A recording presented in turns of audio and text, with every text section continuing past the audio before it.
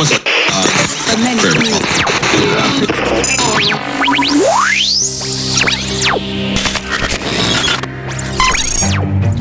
you know you can't explain. But you feel it. You felt it your entire life. That there's something wrong.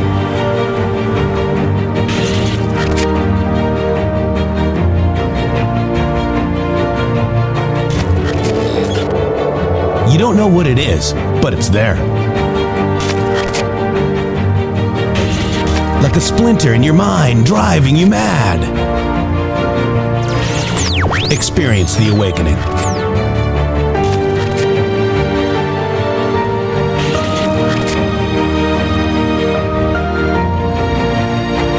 Brilliant anonymous researchers.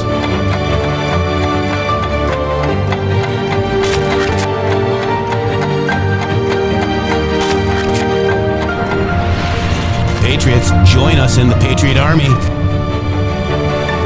Trust the plan, pain coming. Boom, boom, boom. Let's go. RedStateTalkRadio.com, Brighteon.tv, Rumble.com/MG Show.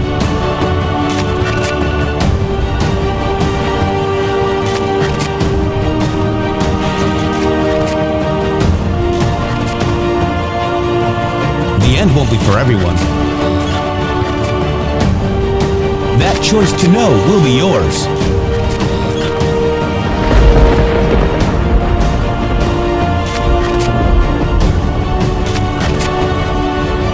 Where we go one, we go all.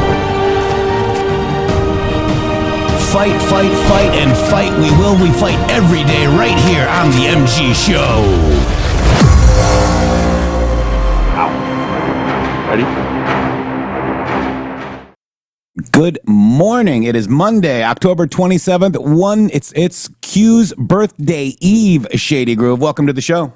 Welcome to you, my friend. It is, my goodness, can you believe it that we are already at the end of October 2025? I mean, I'm telling you what, man, you know, a year ago, we were sitting here about a week before the election, and we were like in the huddled masses, if you will, praying that everybody got up and did the right thing. And what did we do, guys?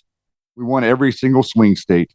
We won the popular vote. We moved every county in this country to the right. And now we're here a year later, and you're starting to see the benefits of that epic event last year. Yeah, absolutely, man. I mean, so it'll be 8 days tomorrow, guys. Somebody's asking me about somebody's reporting lately. I like her. I like us. We do a lot of reporting here on the MG Show. Maybe. Don't be tooting your own horn. I don't know who she is. 1 minute into this. I don't even know who she is, Simon, but I'm glad she's doing some great reporting, because we need great reporting out there, because there's a lot of fake news out there, I'll tell you right now. We got Land of Hoya, 5 subscriptions. Thank you. Real Iron Eagle, 5 subscriptions as well. Thank you, guys. We love you. So I'm tired, Shady. These guys right here cannot keep up. I'm tired. I don't care what they say. They're not keeping up. I'm tired. They're sitting around and they're waiting on the MG Show to put it all together on Monday. Wow. And I'm tired, Shady. You're tired from the winning. From all this winning. You're not tired of winning. How does anybody keep up with this man, Shady? You can't even figure out how to lose if you wanted to. What's that? That's what I'm saying. We don't even know what it means anymore. Gotcha. Like, unless you're a Democrat. Gotcha. Absolutely. Oh, you met Michelle Rion. Chanel Rion, the lady from OAN. I think you mean because you said somebody else, and I'm like, who's that? You said like Michelle Riot or something like that. But Chanel Rion, I think you meant. Yes, we like that. We like that. WFW. Yep. Love my MG Show. Welcome. And you're naked, right, by the way. But you're going to get a castle right now. Something's going to happen to you. K. Smith, love you. Jeff and Shady, thank you. Kay Smythe, appreciate you. Susie Q is here. Lincoln Logger, Simon Elevates Pilates. Hello. You're bad. No problem. I didn't know who you met, but yeah, she's, we actually are following what Q put out 8 years. And so 8 years ago tomorrow, okay, And we are actually getting things that are happening now in this term, not the last term. Okay? We are getting these pesky Q proofs, Shady. Man, let me tell you something. I know what we've all signed up for, and I can see that the snowball, the D5, the avalanche that we pushed off that ledge 8 years ago. It'd be 8 years ago, that so many of you decided that you wanted to like re-engage. This is the point I want to make. We re-engaged in the American conversation, and we're now starting to reap the fruit of that, the reward of that action. Yeah. All of us did. All of us said that we're going to set our cynicism down for a minute, and we're going to pay attention to what's going on with Donald Trump and his first administration. And then we started paying attention to what Q was posting for us. And then we said, okay, you're asking us a lot of questions. That's a lot of questions. And so we started digging in, and some people were curious and some people weren't. And that is the beauty of humanity. That's the beauty of America, because your curiosity and your inspiration are supposed to lead you in this world. As a human being born in the natural state, your curiosity and your inspiration lead you in your life. But what happened to America is something else was going on. Our fear was leading us. We were letting our fear lead us. They were telling us that the Islams were going to kill us, and they were telling us that they were feeding us all this poison, and all these different things were going on all at the same time. And it was impossible for the human to navigate, because we couldn't find our curiosity or our inspiration. And so part of what we've done here at the MG Show that sets us apart from everybody else is that we're focusing on that. We're focusing on the questions, and we're focusing on what inspires us. And we've re-engaged a group of the population within the real conversation. We're having a real conversation about what Trump is really doing to help America here at the MG Show. And I'm really struggling to find another platform out there that is paying attention to the specifics of the winning, maybe is the best way to put it. Yeah, absolutely. And what's his name? Elon Musk actually came out yesterday and said, we found a significant bug in the X for your algorithm the For You algorithm that resulted in users seeing far fewer posts from people that they follow. It should be fixed by tomorrow. No kidding. My algorithm is really messed up. And then there's that orchestrated effort, along with Hillary Clinton, who put me on a list in 2019, with people that want this show canceled as well, because they obviously follow Hillary Clinton, Shady, right? I mean, if you followed Q, you would realize that I'm on that list of people that Hillary wanted off X, okay, or then Twitter. But, it's just so amazing how many people have come to try to harm us and failed. Man.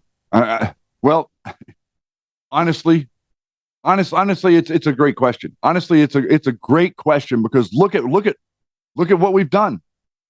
Look at what we've done. Look at the breadth of all of everything that has happened to all of us since we started paying attention to this stuff. Yeah. I'd say KX2. I fell down the Q rabbit hole June of 2018, found the Q Lounge and Shady at the same time. That's whenever I started the broadcast. It was nice. June of 2018. So nice. This is what we're talking about. Well, we thought that we were in a group of a bunch of our colleagues. We thought like all these people were like similar to us. And silly us. Like crazy town, right? Yeah. So now we're sitting here figuring out. So now look at what's happened since Candace, Tucker, Alex Jones, and the MJ Truth, and all these people have activated against Israel. What has happened is, and last night, by the way, Jeff, I want to throw this past you real quick. Last night I was sitting there thinking, I'm like, like we talk about this thing about how Twitter looks like the Chan boards now. And it's just very interesting the way that the whole thing with Elon has played out, because, they tell us, Jeff, that we have freedom of speech, but we don't have freedom of reach. Mm-hmm. But the people in Flynn's group have freedom of reach.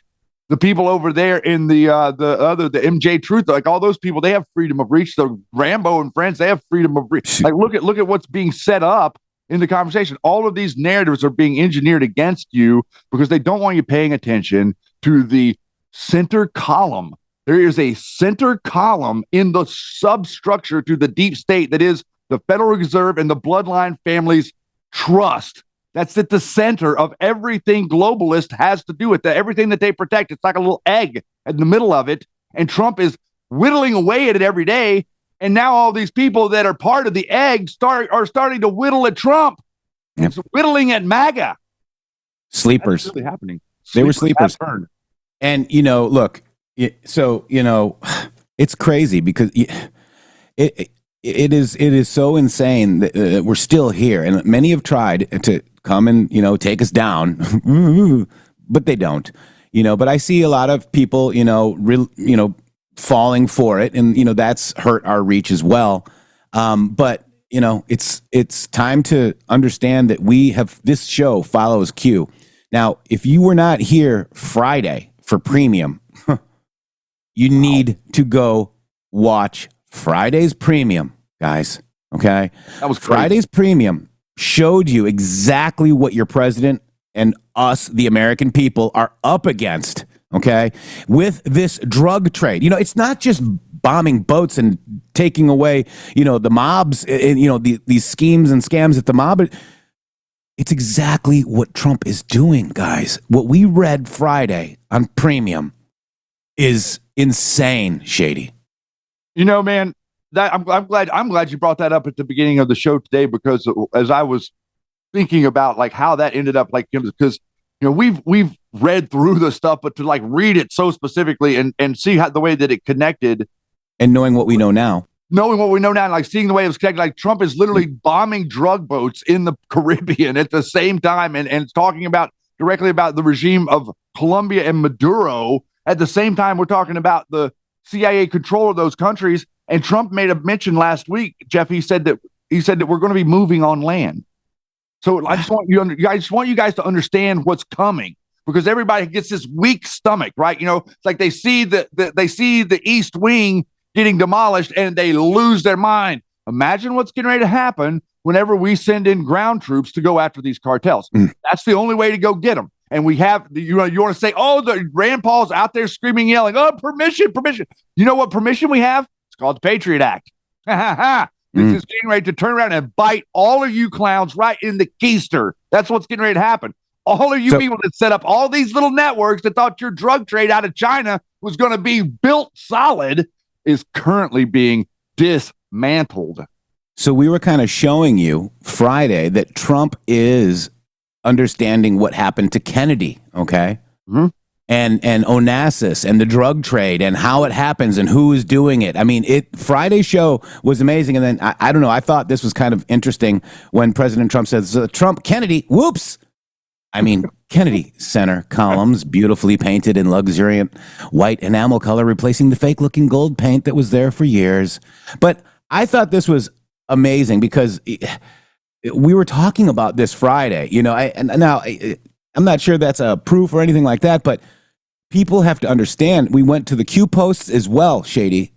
This book that we're reading on Fridays is, I think, what Q was basing off of. I mean, it's crazy, Shady. But or the book is actually tracking with the reality of what occurred in the history of America, and therefore they're syncing up because this is what we're looking at. This is what they did to us. This is how they control us. And man, we're talking about the country drying out. We're talking about like literally the drugs going away. Like the idea like of the drug war, that was fake. The drug war was because there were no drugs in America. The reason they came to my elementary school whenever I was in 6th grade to tell me about cocaine and heroin that I had never heard about in my whole entire life. I had no idea what these people were talking about that day. But they came to introduce it to us, is what they came to do. And so many of the people that I went to school with, between the time that I was in the 6th grade and the time that I was in the 11th grade, I would say 15%, if not 20% of the people that I was in 6th grade with were addicted to this stuff. It's insane because of what they were doing was they were introducing it to America. The drug war was a bogus facade created by Bush Sr. so that we could normalize the drug trade. And 9/11 was about inserting all of the off-books money into the real economy. So now they have all of their off-books CIA money stuck in the real economy, and Trump is organizing the economy to ice them out. That's what right. I think is happening. All right, so let's go through a couple that I just found this morning, Shady Groove. This is interesting because a grand jury has been ordered by a federal judge to be impaneled in Fort Pierce, Florida on January 12th, 2026. Crossfire Hurricane, the CIA Five Eyes operation, and the raid on Mar-a-Lago is under scrutiny. Now, look at here. There are two impaneled grand juries, federal grand juries. One in Lauderdale, okay? That's the central region. And then one in the northern region is in Fort Pierce, guys. So that was done and ordered on this 26th day of September 2025. We just got it recently.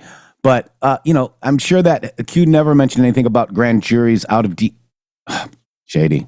You did it again, didn't you? Yeah. You ran into that roadblock again, didn't you? Yeah. Now, it's not Huber anymore, right? So we understand that. Ask yourself, does Huber have the ability to file across all 50 states? Is any of this normal? Think the sealed indictments. Think resignations of CEOs. Think resignations of senators. Think resignations of Congress. Think termination of senior FBI. Think termination of senior DOJ. Media blackout. Midterms punt. All or nothing. Race. Would a second special counsel take years to complete? Would a second special counsel be based in corrupt D.C.? Would the grand jury be members of the D.C. community? What percent of D.C. voted for Hillary Rodham Clinton? How large is Mueller's team? 20 to 25? Think 470. The more you know. And 470 in Paysur is the code for RICO as well. So very interesting that now we've got that as a pesky Q-proof, Shady. It's very interesting because, look at the so remember remember the Q post where Q said disinformation is necessary. And everybody wants to think that they can pick and choose and say, oh, well, this is even though it's a provable fact, they can still say that that's disinformation. What that meant was misdirection. Okay. What that meant was misdirection is necessary. In other words, we're going to make them think we're doing something over here by making these posts or getting everybody focused in one area while you're doing something else over here. That's what's been going on the whole time. All of this nonsense about all these people taking to Gitmo and this craziness, and it's not the real Joe Biden and all this stuff. Those are the military psychological operators trying to make you look like a lunatic to the best of their ability. Yep. The same ones that are currently organizing and acting like they're going to speak for you in Portland, by the way. Yeah. Stun Gun, I appreciate this group. Great Patriots all. Make America great again. Thank you so much. And Dux, thank you. This is for Weekend Briefs. Oh my gosh, Dux, thank you so much for that. And I am not even knowing where to start. I mean, that's how crazy. He was mad at me today. I still am. He was like, you're not coming up with the title. I'm like, there's so many things to title it. What do you and you're like, want me to do? Diesel gas. I'm like, Christmas let's gas. talk about Christmas gas. That's what I was talking about this morning. 5 minutes of Christmas gas in Discord today. It was less than 5 minutes. It was 20 minutes. It was not. You were. It was 25 minutes. Stop it. You couldn't hear a damn thing you said. All right. So today, Shady, we got another pesky Q-proof. And it was done by Speaker Johnson. We are the 27th day of the shutdown, guys. Okay. Speaker Johnson just announced that this is the end of the Democrat Party. Oh my gosh, Shady. I'm sure there's no. Oh my gosh. You mean it's going to happen again. 1/18/2018 post 540. Are you following the news today? What a big news day. These people are really stupid. This will be the end of the D Party. This will be the path forward with public outrage to jail many so-called untouchables. You, the people, have the power. Down she goes. And let's listen. Wow. I mean, this is huge, guys. My friends, that is exactly what is going on right here. Now, I want to zoom in because we have a special guest and just focus on a group of men and women who are seeing the impact of this shutdown in their bottom line every single day, and that is America's small business owners.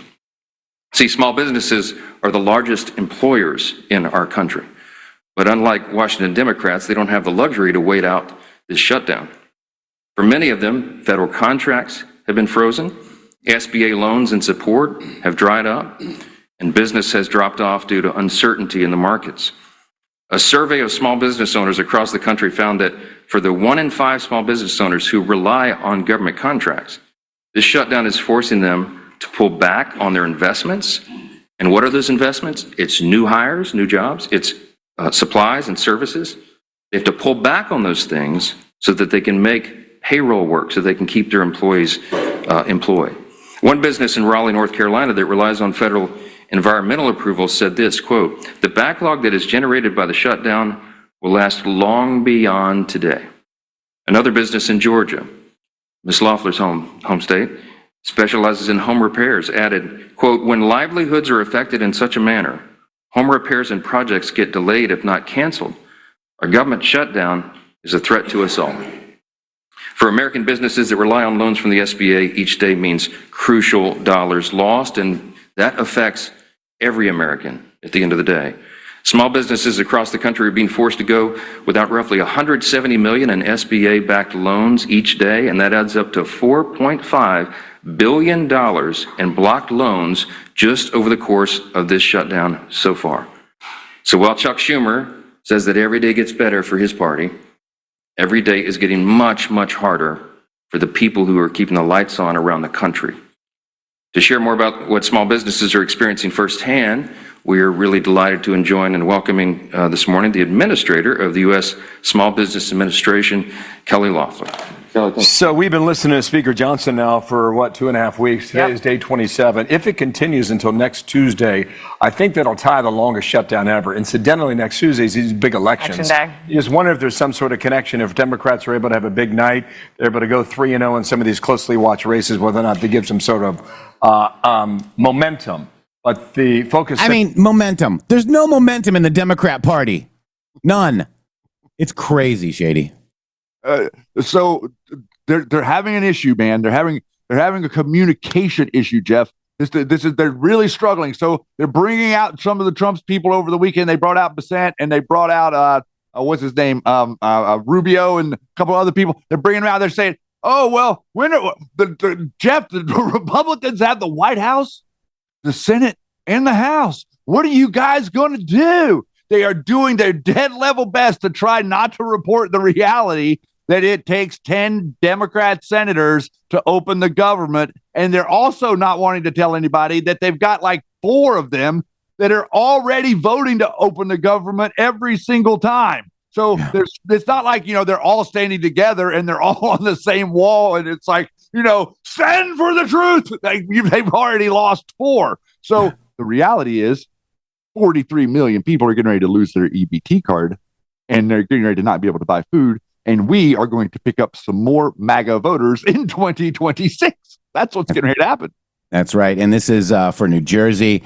Why would anyone vote for New Jersey and Virginia gubernatorial candidates Mike Sherrill and Abigail Spanberger when they want transgender for everybody, men playing in women's sports, high crime, and the most expensive energy prices almost anywhere in the world? Vote Republican for massive energy cost reductions, large-scale tax cuts, and basic common sense. Under President Trump, gasoline will come down to approximately $2 a gallon very soon. With the Democrats, you'll be paying $4, $5, and $6 a gallon, and get your electric and other energy costs will likewise soar. Vote Republican for a great and very affordable life. All you get from voting Democrat is unrelentingly high crime, energy prices through the roof, men playing in women's sports, and heartache. Man, I think that one of the best things that he has done is to characterize it as trans for everybody. Mm-hmm. Like that little tiny statement, it's such a spell breaker. He's just saying they want trans for everybody, which is exactly what they're trying to do, as they're trying to tell you that they actually care about the people in their lives and all this stuff. That's a lie. They're trying to just shove it down your throat, because trans for everybody means that you've got to capitulate to their dumb pronoun. You've got to say, "Oh, well, I think that this dude standing next to me in an airport with a beard is a female because it's wearing makeup." That's trans for everybody. Trump's like, these people are freaking crazy. And also, he's talking about cheap Christmas gas. Mm-hmm. Unreal. Eddie Mike, Q4967, support the MG show. We are the news now. Where we go one, we go all Q plus. Thank you so much. So we've got so much going on. It's crazy. I also found out that Scott, Duffy was on Maria Bartiromo. Sean. And what? Sean. Sorry. Yeah, I just said Duffy because I couldn't remember his first name. So thank you. Sean Duffy, who's transportation secretary, right? Mm-hmm. Okay. Let's just listen. I mean, California, you got a problem. Holy moly. Check it out. Right. And that's not what they're doing, certainly in big Democrat-run states and cities. I want to get your take on what you're threatening California with. You say that you are threatening to strip California of the ability to issue commercial driver's licenses. Tell me about that, because I know that California already has issued approximately 1.2 million driver's licenses to illegal immigrants since 2015. Aliens. 19 states and Washington, D.C. allow illegal immigrants to obtain driver's licenses, Secretary. It's unbelievable. So real quick, there's what's called a non-domiciled CDL. Normally, this is if you come from Wisconsin and you're a citizen of Wisconsin, you go to Texas, you can get a non-domiciled CDL, but you're an American citizen. Democrats have contorted this rule. They've abused the rule, and they've allowed now foreigners to get a non-domiciled CDL. That's what California has done. They have unlawfully issued 60,000 of these licenses to people who have come into the country, and they've done it illegally. So you have 60,000 people on the roads who shouldn't have licenses. They're driving fuel tankers, they're driving school buses, and we've seen some of the crashes on American roadways that come from these people who shouldn't have these licenses. Gavin Newsom has thumbed his nose at us. He's refused to comply with the rules that have come from DOT, which is stop issuing these licenses, number one. And number two, go back and review all the licenses that you have issued and make sure it's been done legally. Gavin Newsom has said no. So one, I'm about to pull $160 million from California. And as we pull more money, we also have the option of pulling California's ability to issue commercial driver's licenses. Gavin Newsom cares more about illegals getting commercial driver's licenses than he does the citizens of his own state and the safety of Americans. It's shameful. He's been lying about what he's been doing.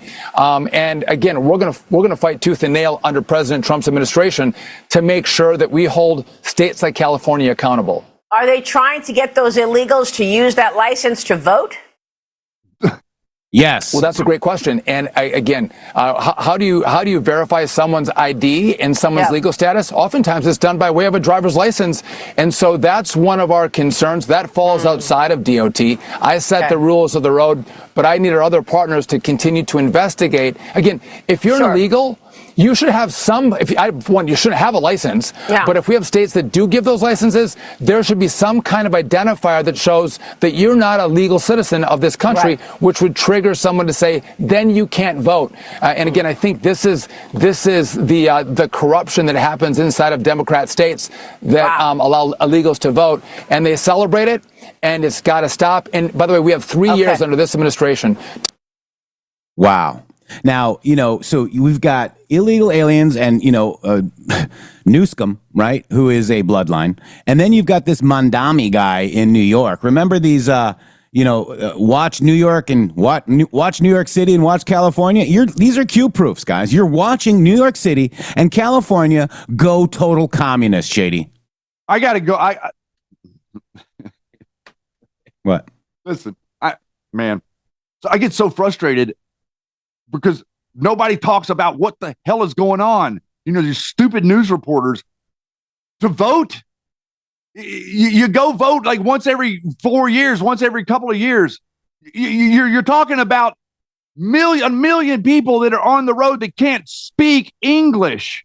You're talking about like that's the reason that, I get out here on I-5 and it's like playing Plinko trying to dodge these freaking idiots out there that have no clue what they're doing. Like you're putting us in danger. Don't skip over this. She skips right over 60,000 CDLs. That's a 90,000, 80,000 pound truck.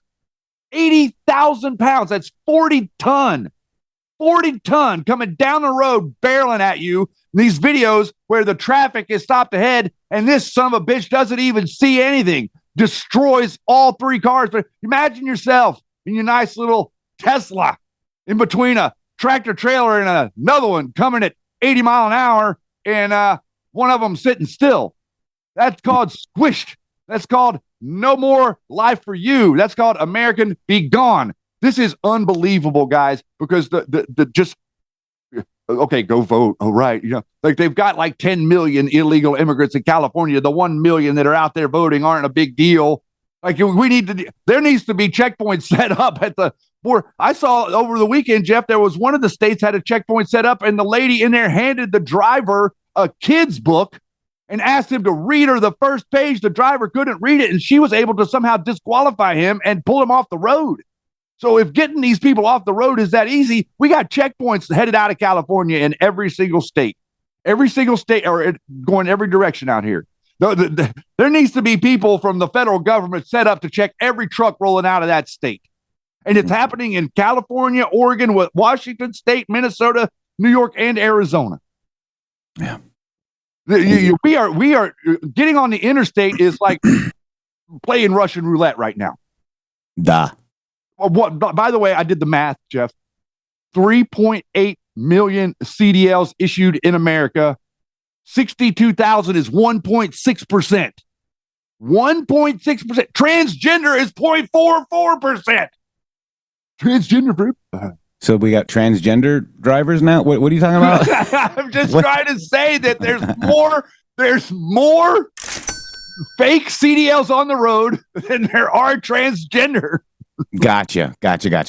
And, they can be used for voting. So we're talking about watch California and watch New York City. So Zohran Mandami's dad, do you want to listen? Oh, you got to listen to. I think it's good. Let's let him hear it. Let's listen. This is his dad. Okay. This is not like his friend from overseas. America is the genesis of what we call settler colonialism. And the American model was exported all around the world. Abraham Lincoln generalized the solution of reservations. They herded American Indians into separate territories. For the Nazis, this was the inspiration. Hitler realized two things. One, that genocide was doable. It is possible to do genocide. That's what Hitler realized. Second thing Hitler realized is that you don't have to have a common citizenship. You can differentiate between people. The Nuremberg laws were patterned after American laws. Anyway, the U.S. put Indians in reservations. The U.S. invented the model. So he's basically saying that America is the root of all evil, and the inspiration for the Nazis was Hitler learned genocide from Abraham Lincoln. Shady, that is spectacular. Yeah. Vote Tuesday for Mandami. And write a book for the commie in New York. Boy, oh boy. My God. You can imagine dinner around that household was quite the event. Wow. And, Canada. Yeah. So, by the way, that ad, the Reagan ad, yeah, they played it on Fox News during Lara Trump's show and another one. And they also played it during the World Series, guys. I saw it. I was actually watching the World Series and I saw that come on. I was like, you got to be kidding me. And sure enough, it was. They played the fake audio bit. And by the way, this has caused a lot of craziness with like people that are on the left. Like I saw a number of people on the left over the weekend that were realizing that that's not what Reagan really said. And were pretty upset about that. Like real people, not the influencer people, but people that you read their comments. They're like, what? That wasn't there. You go, Yeti. If you could put that up. Comment? Yep. Yeti. There. So this is what it is, Shady. Look at 10 p.m. Eastern. There it is, Shady. The World Series showed this freaking commercial, Shady. Unbelievable. Wow. It's literally Canadian propaganda. And Fox News put it on too. Mm-hmm. I did. I said during Lara. You heard me, right? Yeah. I don't know if I heard you say that, but yeah, I think it was Trump's daughter-in-law's show. Yeah, during Lara. I mean, I hope the money's worth it, you scumbags. Well, you notice they don't have any money anymore, man. The pharmaceutical ads are drying up, bro. I know. But before it was wall-to-wall pharmaceutical ads, but now I think of November 1st. I think it's November 1st. I might be wrong about that, but this regulation where if you're going to put a drug ad on TV, you got to put all the side effects have to be listed with it on television. So I would imagine that you're going to see the pharmaceutical ads start to disappear. So here's Scott Bessent talking about the Canada ad. President setting trade policy based on a television ad he doesn't like. Well, Kristen, let's think about this. This is a kind of propaganda against U.S. citizens. You know, it's psyops. Why would the government of Ontario? I'm told that they have spent or were planning to spend up to $75 million on these ads to come across the U.S. border. So what was the purpose of that other than to sway public opinion? And you know, it's some kind of propaganda that the premier of Ontario unilaterally launched. Wow. He actually called it a psyop, Shady. But she's like looking at him all confused. Her eyes started to cross. But we use psyops every day, sir. She's like, what do you mean? What's wrong with the psyop? Yeah. I mean, it's crazy, you know? It's so crazy. It's crazy to watch the way they react to him. They all react to Trump's administration like, you know, like they're seeing something they've never seen before. Whenever the Trump administration says something logical, it's like their mind hits a brick wall and their eyes like bump into one another whenever they hit it. Like, it's pretty interesting to watch how stupid they are. Also, they're all freaking out about, you know, the ballroom and blah, blah, blah, blah, blah. We get a lot of traction out of that. Here's a nice little flashback from 2016. It's not like he didn't tell you. And every time the top people come over from China, they're getting these big, you know, beautiful, they put a tent on the White House. We don't have a ballroom at the White House. I offered, by the way, Jerry, years ago to build a ballroom at the White House, free of charge, $100 million ballroom. I said, we'll get the top 5 architects in America. We'll get the top people, top everything. We'll have the best ballroom, because I noticed they always put tents up on the lawn. Number one, it's not a good security thing. Number two, the guy that owns the tents is making a fortune, okay? This poor guy, I mean, he's making so much money. All he needs is one tent, and he charges them so much, he's making a fortune. All right. But I said, I will build a ballroom. I gave it to the Obama. I actually told David Axelrod, a good guy, very capable guy. I told David Axelrod, David, I will build a ballroom free of charge, at least $100 million. We'll make it the finest ballroom in the world. We'll put it someplace so it works contextually, magnificently. It'll be done. We'll have committees set up. I never heard back. It's, it's just one of just thousands of things. I mean, if someone's going to give me a free ballroom, I'm going to take it. We'll put it in an area that'll look great. But, we don't have a ballroom at the White House. So- That was 2016? Yeah. Wow. Isn't that incredible to hear him like talk about that? Same. He's the same guy. I really do. I'm really feeling empathetic. All of a sudden, Jeff, that tiny little clip. Now my heart goes out to the guy with the tent. Like, he's out of work. Like, this poor guy is not going to be able to rent that tent out anymore. He's got it. It's in DC. It's right there. He doesn't have anything to really, he can't move it, but just back and forth. I mean, this guy might be needing SNAP benefits, and the SNAP benefits aren't on. Crazy.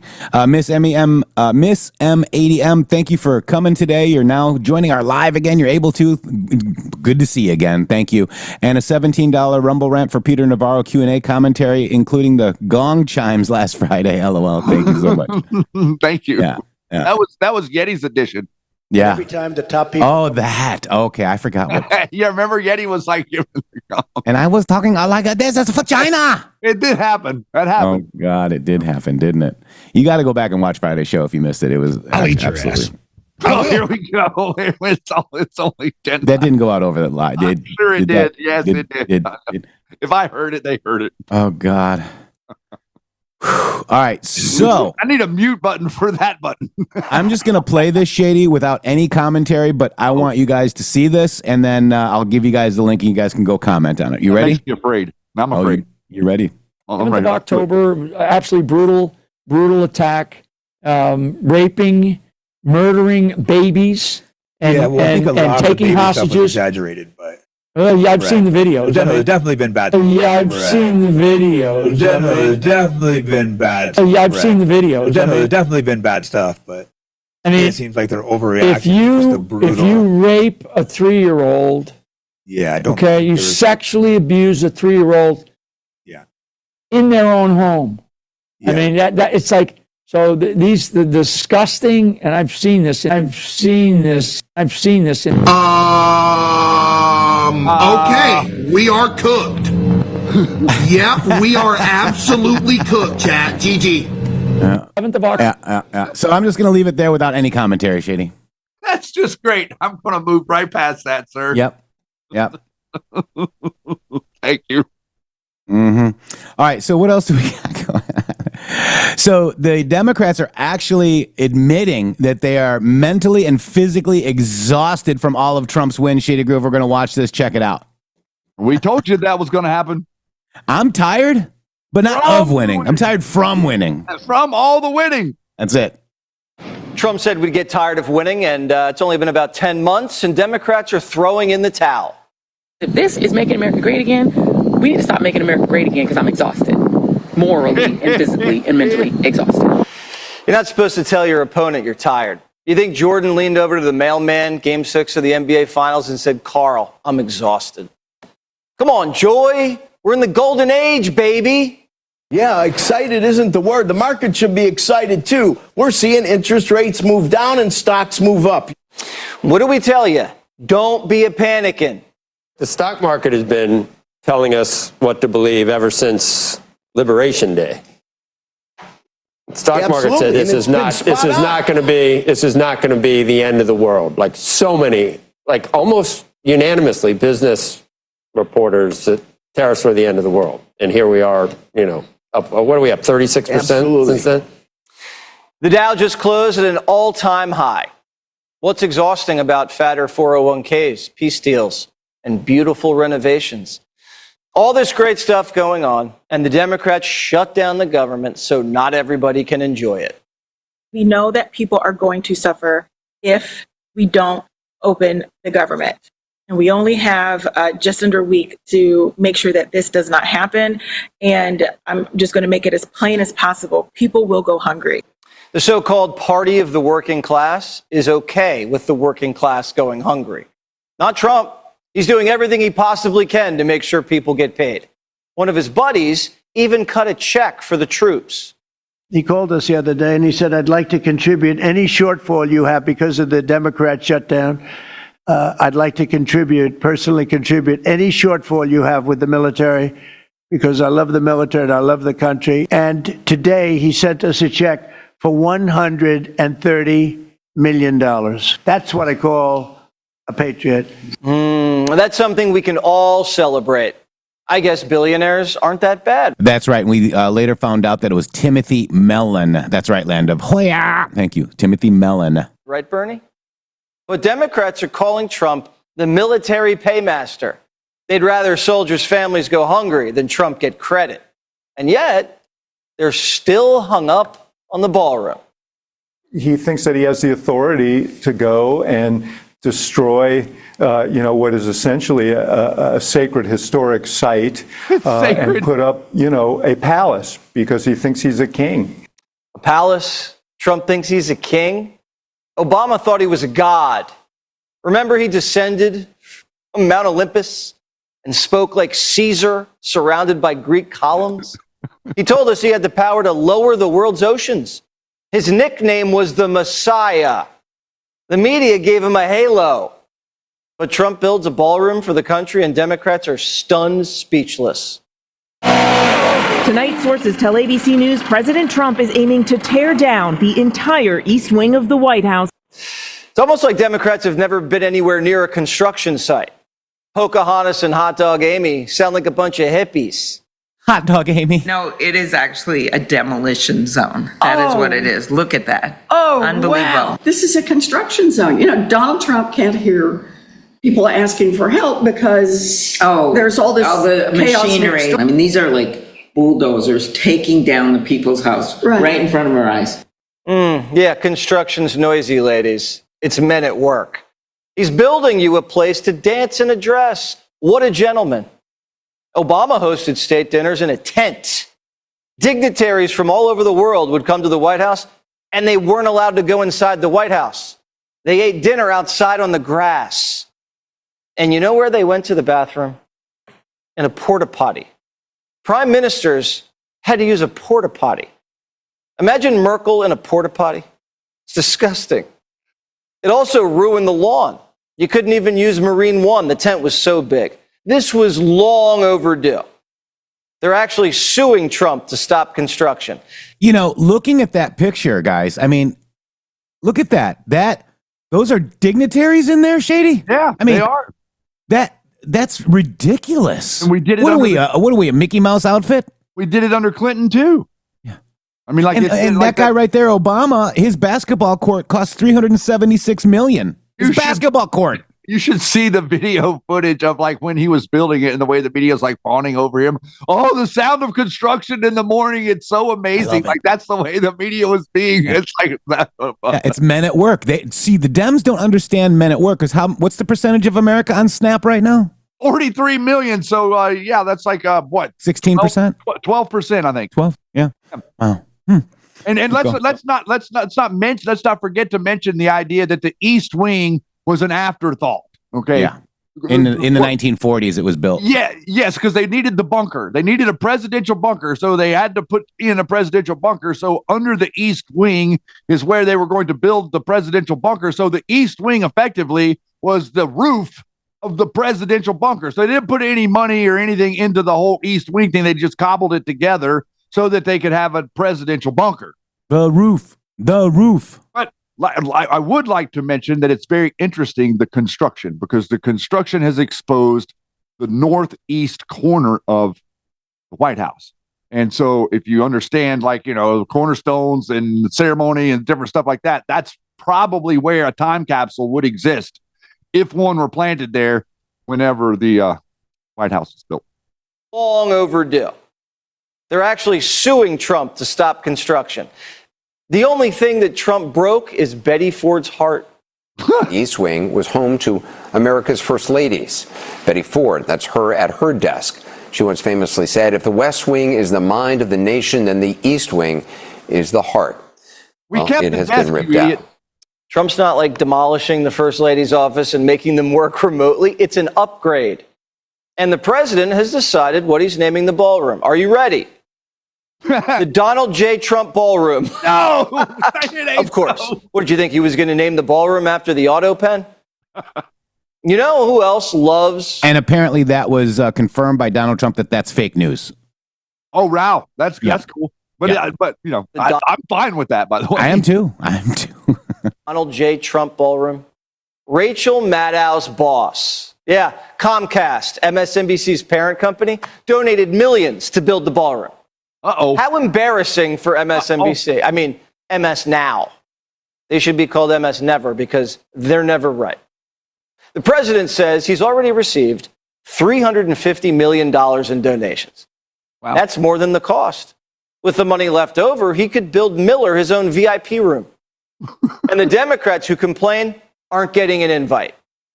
President Donald Trump, you know, you go meet him. He's charming as can be. Sits down, talks with you. He says, hey, Joe, what about this? What about that? No, that's, and you know, we talk about a lot of things. And then one time I told him, that's Mr. President, just call me last. I was the only Democrat he was talking to. Come over, have breakfast, come over lunch or do whatever, come to a movie. And had a lot of fun. They hate it. He's literally having a ball.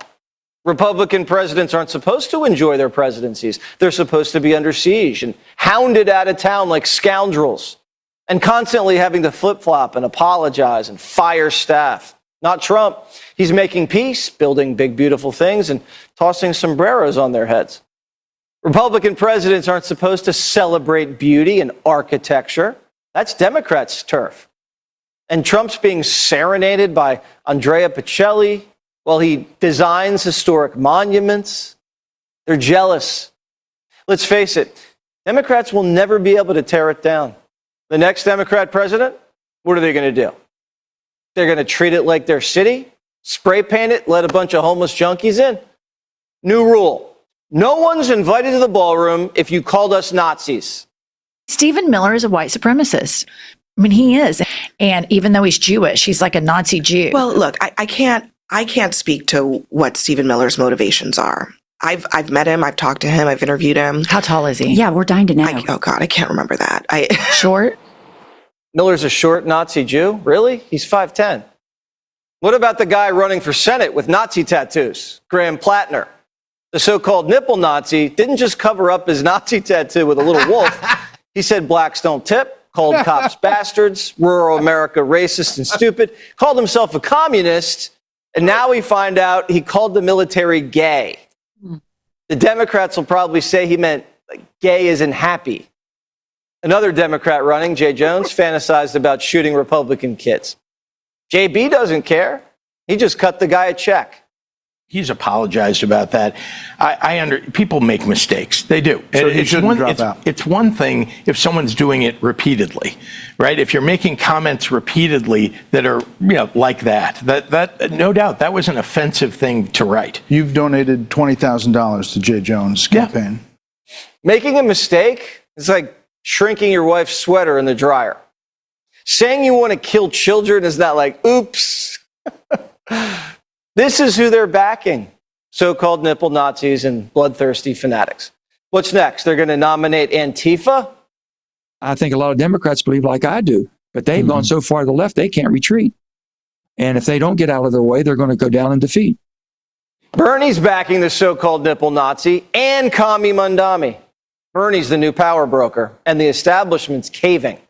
All summer, Hakeem's been under pressure to endorse Sauron the Destroyer here in New York, and he's tried to play it cute. I have not refused to endorse.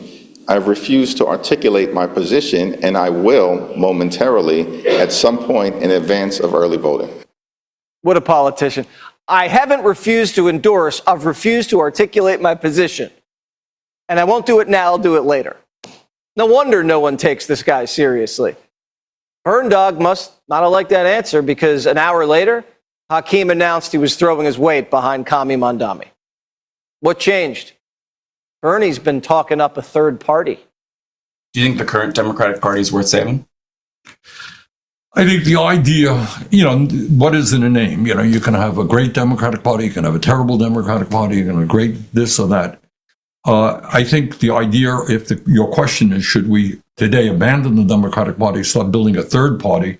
It's a fair question. I think it is enormously difficult to do. Bernie's calling the shots. Schumer's on the ropes. Hakeem was forced to endorse a communist, and Nancy's got a crap hit and on the brink of retirement. Burn Dog has his eyes on AOC for 28. And the Democratic establishment did Biden so dirty, now the big guy's in bed with Bernie. His girl Binder is out there saying we need commies and so-called nipple Nazis to get out and fight, fight, fight. Millions of Americans feel the way that I do when it comes to the Democratic Party just not meeting the moment. We want them to fight. We want them to show teeth. We don't want canned responses. We want an opposition party. Is she looking at her binder during that interview? Think about it. Bernie and Biden both got screwed by the brass. They rigged the primaries against Bernie and stole 14 million primary votes from Joe. Schumer, Pelosi, Barack, the Clintons. The enemy of my enemy is my friend. The Biden family thinks the coup gave America Trump 2.0, and they're laying all the blame on these usual suspects. Binder's out there saying Sleepy's wide awake. Do you think that he is capable right now of being president? I did not see anything that concerned me when he decided to run for president. I did not. The cross-legged Messiah thinks he can still perform miracles. He anointed the cross-legged disciple for 28, and now Gavin's feeling frisky. Good morning, everybody. I gotta come in and check everybody out. Came out here because I wanted to thank you. I want to thank you for everything you've done to get us to this moment. I wanted to thank you for all the hard work, all of the energy you put in to get us to this moment. Whoa, Gavin thinks he's in Iowa. We know you're running for president, dude, but don't make it so obvious so early. That crowd was all union, by the way. They're paid to show up. But can a straight white male win the Democrat nomination? Or will Gavin have to perform a series of land acknowledgments at the convention? Will he have to promise on day one to put a transgender bathroom in the big, beautiful ballroom and turn it into a migrant shelter? Will he have to apologize for dropping the atomic bomb on Japan? Will he need to Me Too himself and appoint the Maryland dad as ICE director? The cross-legged disciple really has his work cut out for him, especially facing threats like this. This is Congressman Shri Thanedar. Every American must have affordable health care, and that's why I'm fighting in Washington, D.C., even if it means shutting this government down. Gavin's just lucky Shri was born in India, and Kami Mandami was born in Uganda, and Abrego Garcia was born in El Salvador. And we'll be right back after these beautiful boom messages.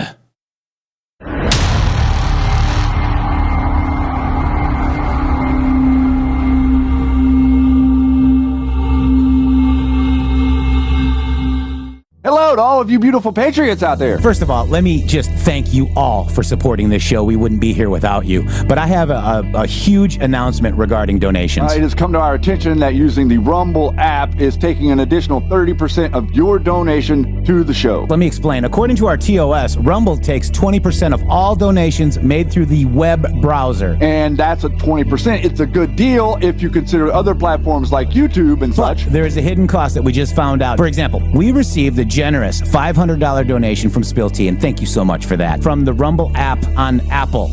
So Rumble took 20% and Apple took an additional 30%. We brought that to Rumble and they said, well, Rumble's take of tips and donations is 20%. That's if the transaction is done through the web browser. If using the Android or iOS app, it's an additional 30% collected by those platforms. So please use the web browser to make your donations to the show and avoid the hidden fees by Apple and Android. That's right. You can also support us at GiveSendGo/HelpMGShow, mg.show/donate. We have PayPal and Cash App. Both are at RealMGShow or $RealMGShow. Please help us out. We appreciate it. Thank you. Thank you.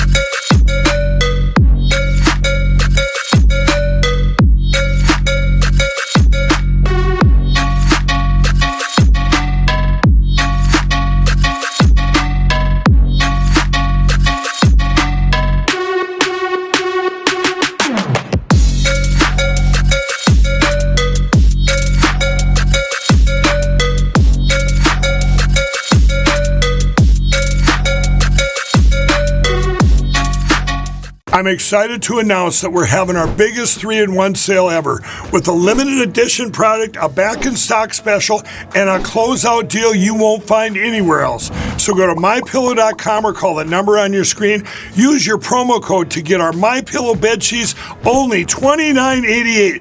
Any color, any style, any size, even kings, regular $119.98, only $29.88. Once they're gone for good. How about our My Towels? They're finally back in stock, but not for long. Get a 6-piece My Towel set, regular $69.98, now only $39.98. And for the first time and the only time ever, get our limited edition premium My Pillows. They're made with Giza cotton and designer gusset. Queen $17.98, Kings only $19.98. So go to mypillow.com or call the number on your screen. Use your promo code to get the best offers ever. Quantities are extremely limited, so order now. Go to mypillow.com or call 800-873-0478 and use promo code MGSHOW. Use your promo code for the best offers ever. Quantities are extremely limited, so order now.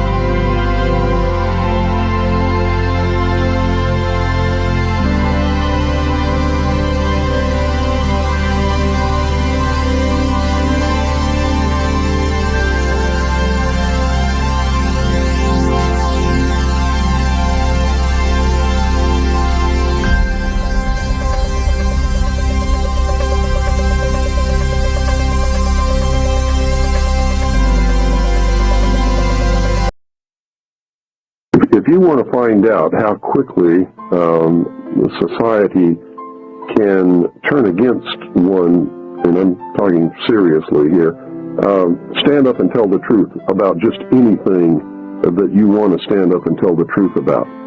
It scares the living daylights out of everyone. And so the first thing that happens is you find out who your friends are and who your friends are not, because there's a great weeding out there. And it's not anything that you do on your part or that I've done on my part. They just disappear.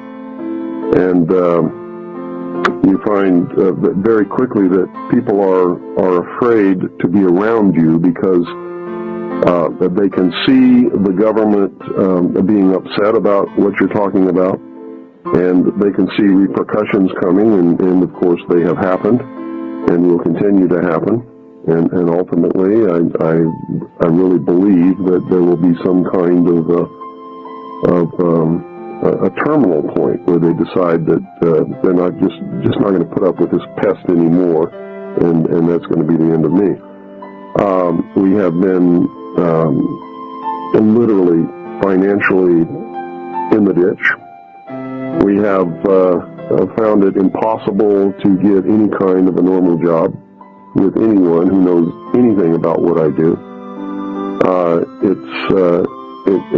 You can't go to church, you can't go to cocktail parties because everybody else is sitting around talking about the weather or, oh, what school did you go to? And when you have done the research and arrived at some of the answers that I know to be true now, those people become like kindergarten children.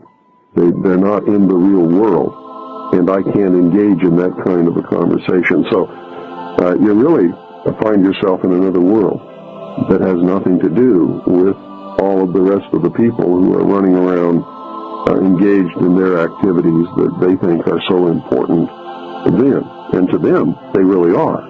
But to me, they've lost the reality of what really is important, and they're about to lose their freedom to even discover those things at this point.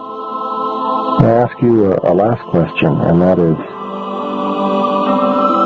how would you like to be seen or remembered in future years when people look back and you think about the thrust of your work? What is it that you would like to be best remembered for?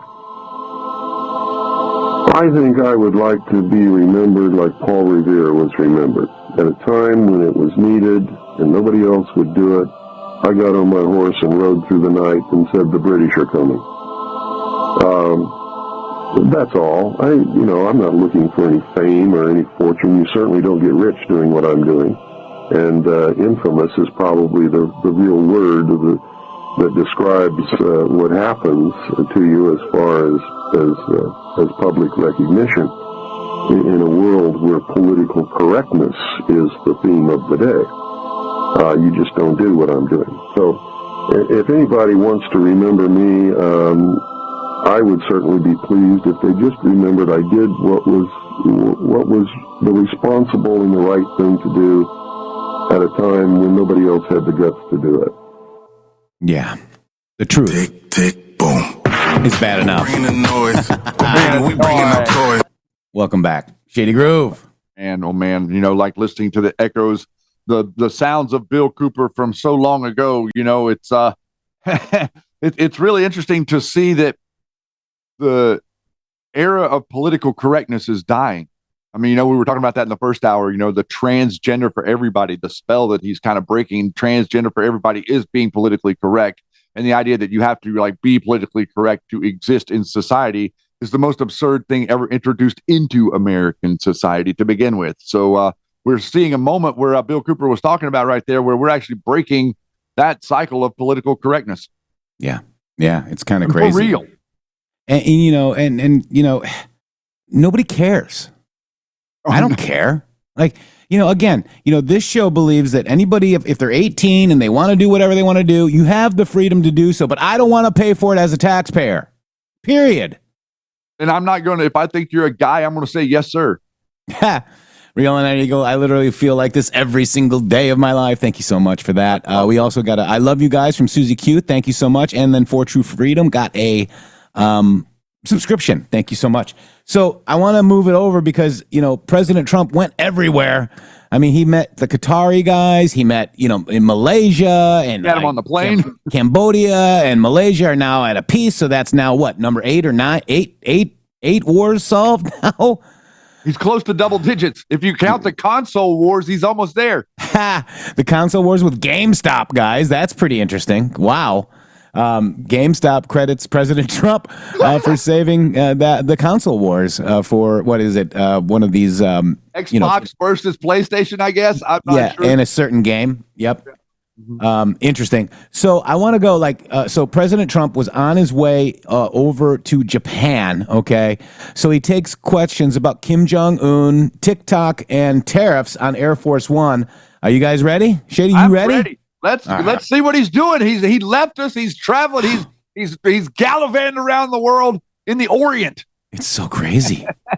Look, Shady, President Trump has made a coalition with the Middle Eastern states, right? And to, buck off what we talked about, what America and the deep state did to the Middle East regarding gas is insane. And they want their money back, guys, because they were taking advantage of it. Again, if you're missing the premium on Friday, we talked about this as well.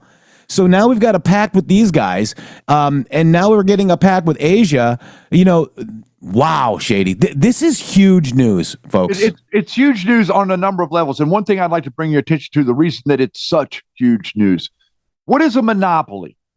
Okay, this is the reason everything that we're talking about is so relevant and everybody wants to shut us up, because we're explaining to you exactly what's happening. There is a monopoly on the drug trade, a monopoly on the finance, a monopoly on the dollar, a monopoly in business, of Fortune 500 companies. They're a monopoly in business, okay? What is Donald Trump doing? He's trying to bring in competition for the monopoly so that the monopoly can no longer function and in its current form. Because if you've got people that we can buy from that have stuff that's cheaper or better or easier to get from around the world, like right now, he's using fuel, okay? He's saying, listen, Russia's not going to listen to me, so we're going to make an end around. What's the end around? We're going to go to each one of these countries and we're going to tell you to stop buying fuel from Russia, or selling fuel to Russia, or we're going to sanction you. So you see, this is the way that we're currently utilizing the economic model of the market to dictate global policy, as opposed to what we've been used to in the monopoly, which is like nothing ever moves, nothing ever happens, and the same people get richer. And 17 Pages for Truth says a monopoly is not the same as capitalism. Why do lefties not seem to understand it? But what we understand, and what most people do not understand, is the monopoly is Exxon, Standard Oil. They own all and the railroads. They own all the companies. Basically, I think a better way to say that might be the monopoly is masquerading as the free market. Correct. Yes. Correct. And we understand that, and President Trump understands that as well. I believe that that's a big part of what Q is trying to do. In my personal opinion, there is no conversation that we should all agree on or discuss in government other than economics and who we vote for. Everything else is individual. Economics is what we should be fighting for. Economic policy. We should be having a tussle back and forth over economic policy. That's the only thing that we should be talking about. And so what have we been doing? We've been struggling as a nation because we're awash in the conversation of stupid social policy. Social all the time. Justice. Yeah. Correct. That's racist. I noticed. All right, here we go. President Trump, Air Force One. This was just, 3 hours ago, basically. Here we go. He's whipping them. Oh, my God. In the Hello, gaggle. everybody. Come whip the gaggle. Bumpy weather, way up in the air. We're a little bit bumpy. So what's the word? Do you have any questions? It's as loud as I can get it, Yeti. Tell us a little bit about how the Lula meeting went yesterday. Very good. We had a good meeting. We'll see what happens. I don't know if anything's going to happen, but we'll see. They'd like to do a deal. We'll see. Right now they're paying, I guess, 50% tariff. Yeah, but we had a great meeting. It's happy birthday. I want to wish the president happy birthday. Okay? It's his birthday today. Did you know that? No. He's a very vigorous guy, actually, and I was very impressive. But today's his birthday, so happy birthday. All right, would you let him know, please? Mr. President, a couple more questions on tariffs. Secretary Besson has famous agreement. He's right here. That both said. Where is he? He's right here, the handsome guy behind Hi, Mr. Secretary. You said you're near a framework. He's sitting right over here. Wait, let me just give him a little room. Hi, Mr. Secretary. He's doing a good job. No, get over here. We also have Marco here. You said, can you give us a status on the preliminary talks with the Chinese and where that sets things up for Thursday's meeting?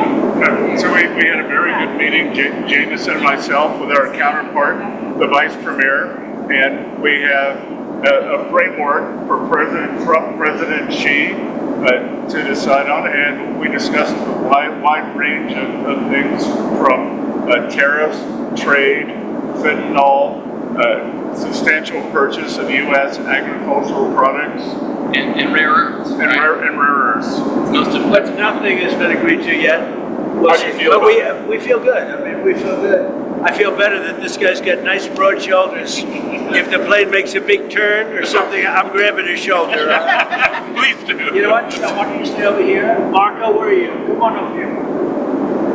Come over here. I think you have some more room. Come on over here. I got a good team. This is the greatest team ever assembled. You know that if I weren't elected president, in my opinion, every automobile company in the United States would be either bankrupt or very close to it.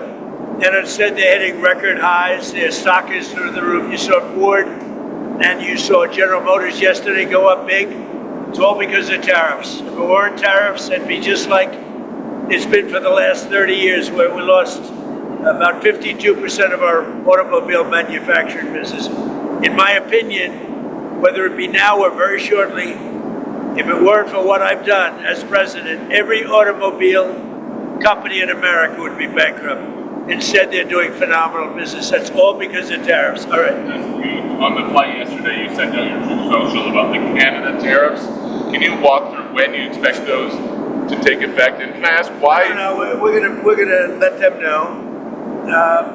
Ronald Reagan loved tariffs. He used them sparingly, which he probably would make a mistake. He made a mistake in that. And again, I was the biggest fan of Ronald Reagan, but on finance, on trade, it wasn't his strong suit. But he liked tariffs, and they totally changed that to say that he didn't, because they're catering to the Supreme Court. Because Canada's been ripping us off for a long time, and they're not going to rip us off anymore. Canada has been ripping us off for a long time. One of the most difficult countries to deal with has been Canada. As much as I love Canada itself and the people of Canada, they've just had a lot of bad representatives. They did a fake ad yesterday. They were caught. The Ronald Reagan Foundation was the one that caught them, and it was totally the opposite of what they said. So I don't like that. That's dirty pool. You can't do that. And let me just tell you, they shouldn't have done it. And they've apologized, and they said, we're going to take the ad down. Well, they did it, but they did it very late. They let it play for another 2 nights, and now they took that ad down. So I don't know when it's going to kick in. We'll see, but I don't really want to discuss it. Let's go. Can I just add, Mr. President, can I just add, this is an ad, that was an ad run by a provincial government in Canada. Why are you mad at the federal government? Because whether it's provincial or Canada itself, they all knew exactly what the ad was. The Prime Minister knew, everybody knew. The Prime Minister knew what the ad was before it went. Will you see him in APEC? Do you want to meet with him? I don't want to meet with him. No, I'm not going to be meeting with him for a while. No. I'm very happy with the deal we have right now with Canada. We're going to let it ride. Well, we have Secretary Besson here. Can you ask about the Fed search as well? Where are you on interviewing candidates for a new chair? Yeah, we're down to 5. We're obviously traveling a lot now. We're going to continue. We're going to do a second round, and we hope to present a good slate to the president right after Thanksgiving.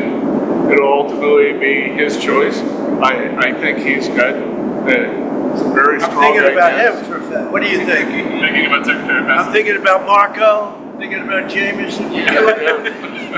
Thinking about a lot of people. I think Stephen Miller. We do have a lot. Stephen Miller. How about Stephen Miller? We have a lot of candidates that want the job. What do you think you'll make it? I think it's the world's easiest job, but to get it right, you have to be very smart. And we have a person that's not at all smart right now. He should have been much lower, much sooner. That's why we call him Jerome Too Late Powell. Sir, Russia said this week that they tested a new missile that can go more than 8,000 miles.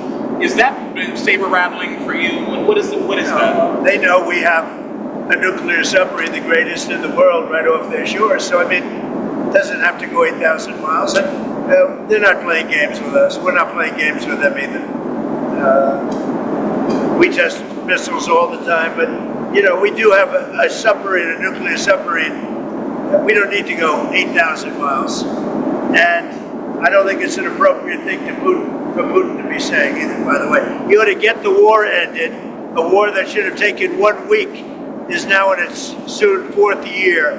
That's what he ought to do instead of testing missiles. Mr. President, should the EU use frozen Russian assets to help pay for defense of Ukraine? I don't know. You have to ask EU. I'm not involved in that. That's up to EU. Are you considering additional sanctions against Russia? You'll find out. So, Mr. President, shipbuilding has been a big part of your trade deals with both South Korea and Japan. Why is it so important to increase our shipbuilding to counter China?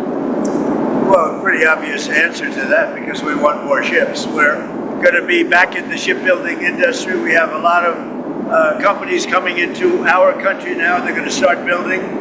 We have the shipyards available. You know, in World War II, we were the biggest in the world in shipbuilding, and then over the years, we went wokey and stupid and weak, and we started buying ships from everybody, and, you know, we lost that industry. But we'll get that industry back. We were the best at it, and we'll soon be very good at it, if not the best. What are you going to announce in Japan? Can you give us any preview? We're going to just announce great friendship. I look forward to meeting the new Prime Minister. I hear phenomenal things. She was a great ally and friend of Shinzo Abe, who was my friend, former Prime Minister, and he was great. He was one of my best. He was one of the best, and the group, he was one of the best, really best. And I know they were very close, and I think philosophically they were close, which is good. It's going to be very good.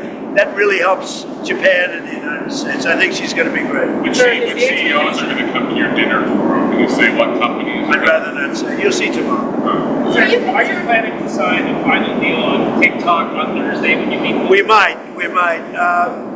That'll be one of the things we're discussing. Somebody reported it's been approved recently. I mean, we got an original approval from President Xi. I expect we'll have an approval, but I'd rather wait till a couple of days to let you know. Is it part of the grand deal coming? No, but it's something we're going to talk about. The current 75% tariffs on China, is the understanding from both countries that will remain regardless of...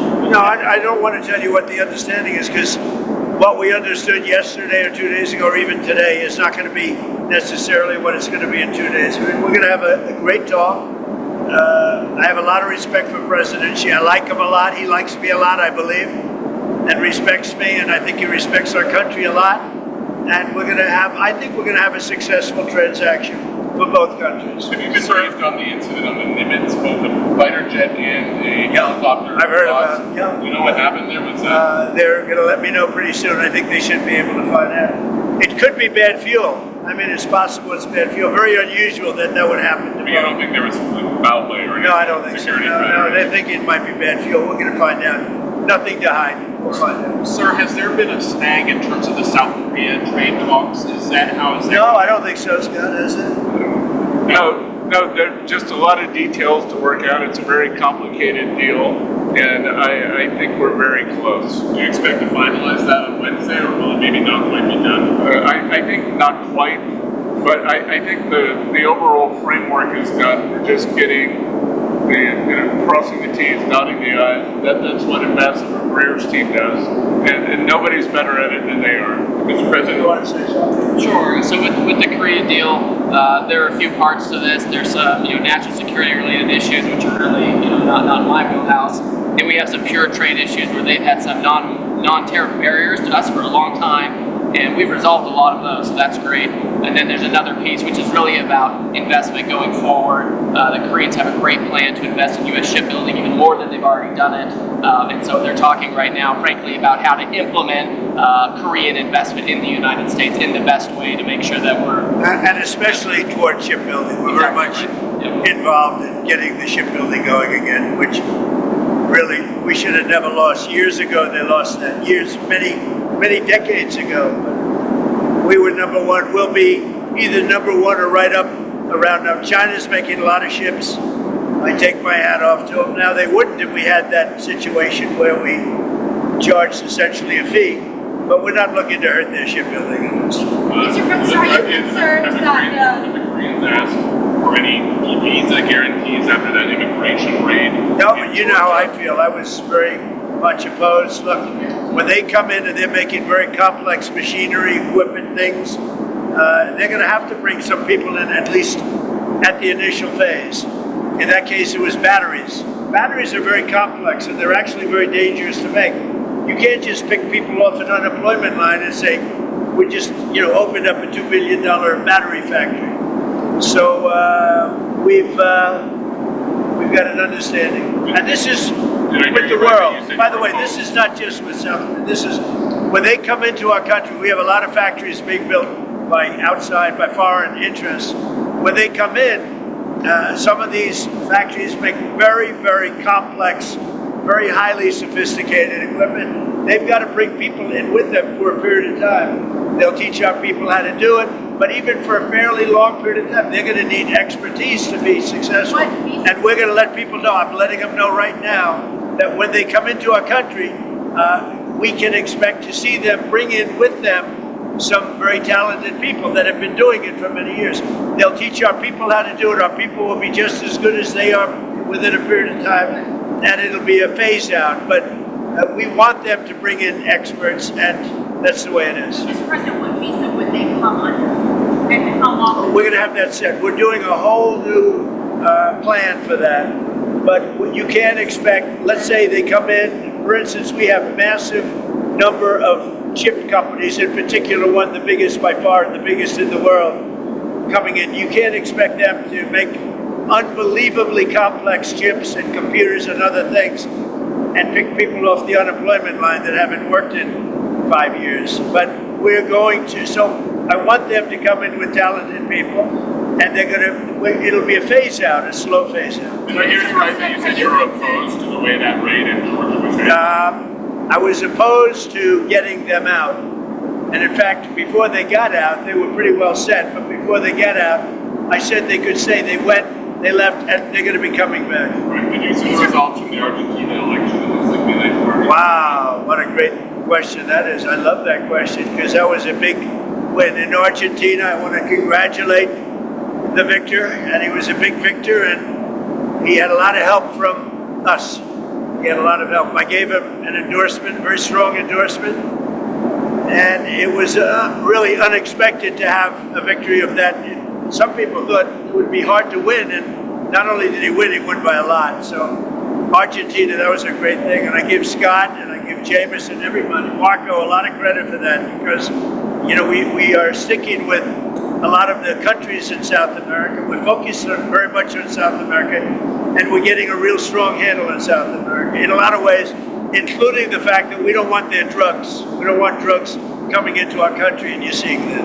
You suggested that you might not proceed maybe with the swaps plan or with the changes to beef purchases, depending on the result of that election. We'll see. We're going to take care of, we're going to take care of our ranchers one way. That we have two situations. The ranchers for 35 years have done very poorly. The cattle people. They've done very, very poorly, and now they're doing well, but the price is up. So what I can see happening is we're going to take some beef because I have to get the price down. I want to get, most prices are down. If you look at energy and all the, I have things down, but beef is high. And the cattle ranchers are doing good. They backed me from day one. What we're going to do is we're going to make sure that they don't get hurt, but we have to also make sure that I get the prices down. I want to get the prices down like I did with eggs, like I did with lots of others. We had a couple of them where when I first took over, eggs were double and what they were. That was Biden's fault. A lot of this is Biden's fault too. And we're going to get the price of beef down, and I'm going to make sure the cattle ranchers don't get hurt. Mr. President, you talked about North Korea on your way here. Have you heard anything back from I haven't mentioned it. I haven't said anything, but I'd love to meet with him if he'd like to meet. I got along great with Kim Jong-un. I liked him. He liked me. If he wants to meet, I'll be in South Korea. Would you extend your trip in order to try to meet? Say it. Would you extend your trip in Asia in order to meet with him? Well, I hadn't thought of it, but I think the answer would be yeah, I would do that, sure. When you do, It's our last stop. So it's pretty easy to do. Yeah, I would do it. when you do meet with him, sir, With Kim Jong-un? yes, what does the U.S. have Well, to I offer? didn't say I was meeting with him, but if he'd like to meet him around, I'll be in South Korea, so I can be right over there. Well, What could the U.S. offer him at this point? Well, we have sanctions. Well, that's pretty big to start off with. I would say that's about as big as you get. Anything is like an inducement to do I a don't deal? know. I just had a good relationship with him. I would love to see him if he wants to, if he even gets this message. We haven't mentioned anything, but he knows I'm going over there. If he'd like to meet, I'd love to meet him. Sir, are you concerned about flights being halted at LAX due to shortages for air traffic controllers? Is there a way we can pay them? Yeah, there is, but the Democrats should just do a simple extension. That's the best way. The Democrats are holding it up. They want $1.5 trillion for people that came out of prisons, for illegal aliens that come into our country. We don't want to do that because that will really hurt the health care that we have in our country. And frankly, we'd like to see better health care, period. But even We're not looking to do that. The Democrats can solve that problem with air traffic control. All they have to do is say, the country's open. We only need 5 votes. The Republicans are with us. We only need 5 votes. So let's see what happens. I would imagine that gets taken care of. Not only the controllers, but other people too. how is your relationship with Elon these days? And is there I think it's good. I mean, you saw that during Charlie's beautiful tribute. Elon came up. It's good with Elon. I like Elon. I've always liked Elon. Elon's good. Have you talked to him since the memorial? On and off a little bit. Yeah, very little. Nothing much. Look, he's a nice guy. And he's a very capable guy.